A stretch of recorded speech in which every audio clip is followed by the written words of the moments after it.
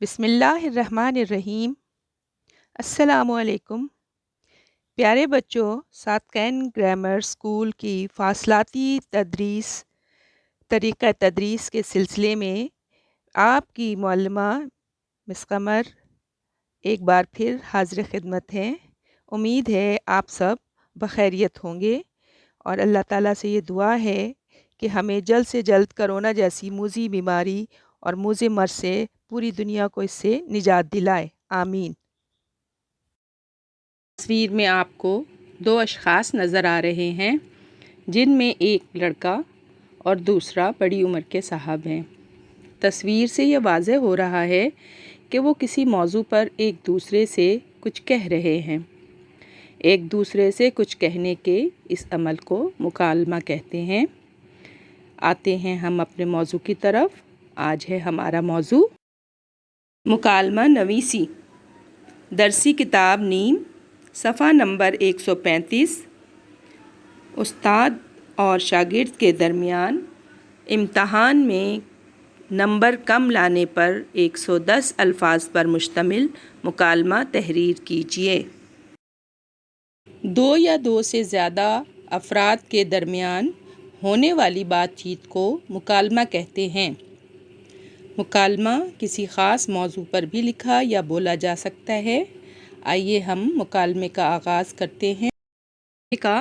کرتے ہیں۔ استاد اور شاگرد کے درمیان بات چیت۔ استاد: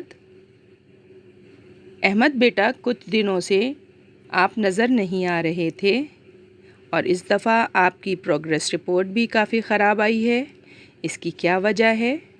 شاگرد نے ندامت والے لہجے میں کہا: جناب، کافی دنوں سے میری طبیعت ناساز تھی، لیکن چند دنوں پہلے بہت زیادہ خراب ہو گئی تھی، جس کا گہرا اثر میری پڑھائی پر ہوا اور امتحان میں نمبر کم آنے کی یہ ایک وجہ ہے۔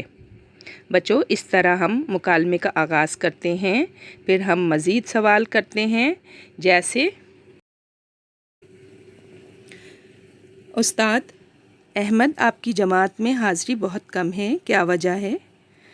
شاگرد کہتا ہے: جناب، کچھ عرصے سے میں بیمار تھا، یہی وجہ ہے۔ استاد: تو بیٹا اب آپ کی طبیعت کیسی ہے؟ شاگرد نے کہا: سر، پہلے سے بہتر ہے۔ اس طرح ہم بات سے بات نکالیں گے اور اپنے مکالمے کا آغاز کریں گے اور اس کے ساتھ ساتھ وجوہات کو بھی بیان کریں گے۔ کبھی استاد اور کبھی شاگرد ایک دوسرے کے سوالات کا جواب دیں گے۔ جیسے استاد کہتے ہیں: احمد، اگر آپ سارا سال پڑھائی پہ توجہ دیتے تو آپ کے نمبر اتنے کم نہ آتے۔ اب اس پر احمد کیا کہے گا؟ تو پیارے بچوں، آپ لوگوں کو یہ بات خود سوچنا ہے۔ آپ نے ایک فرضی کردار احمد تو ہم نے مکالمے میں بنا لیا ہے، لیکن دراصل آپ کو اپنے آپ کو ریپریزنٹ کرنا ہے، اپنے آپ کو سامنے لانا ہے اور اپنے استاد کا آپ نے جو بھی جواب ہے وہ آپ نے مکالمے کی صورت میں لکھنا ہے۔ پھر جو آپ کو چند اشارات دیے گئے ہیں، جیسے جماعت میں حاضری کم ہونا، عدم توجہی کا شکار ہونا، تفویض کار کا باقاعدگی سے نہ ہونا، فاصلاتی تدریس کا سمجھ میں نہ آنا، تو یہ ساری باتیں جو ہیں یہ جملے اچھے جملے بنا کر اچھے طریقے سے آپ کو اس کا مکالمہ لکھنا ہے اور اس کے شاگرد اور استاد کے درمیان جو بھی بات ہوگی اس کو ان سب اشارات کی مدد سے آپ کو مکالمہ لکھنا ہے۔ پھر اس کے بعد آپ احمد کہیں گے کہ جناب، بھرپور کوشش کے باوجود میں اچھے نمبر لینے میں کامیاب نہ ہو سکا۔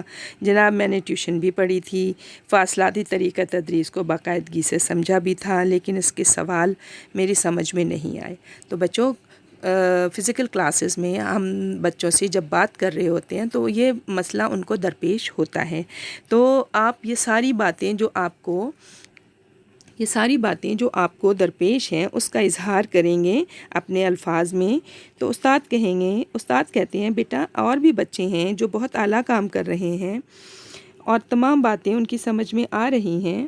جو بھی موضوع آپ کو سکھایا جا رہا ہے وہ آپ کی درسی کتاب میں موجود ہے، آپ وہاں سے آپ وہاں سے دیکھیں، دراصل آپ لوگوں کی توجہ پڑھائی پہ نہیں ہے، بلکہ آپ پڑھائی کی بجائے کھیل کود کو زیادہ اہمیت دیتے ہیں، اس لیے آپ ہر چیز میں خاطر خواہ نتیجہ آپ کو نہیں مل رہا۔ اس طرح سے آپ نے بات کو آگے بڑھانا ہے۔ آپ کے سامنے آپ کی اسکرین پر جو عبارت آپ کو لکھی ہوئی نظر آ رہی ہے وہ ہے استاد کی شاگرد کو نصیحت۔ پیارے بچوں، استاد کی نصیحت کو ذہن نشین کر لو، ہمیشہ ان پر عمل کرو۔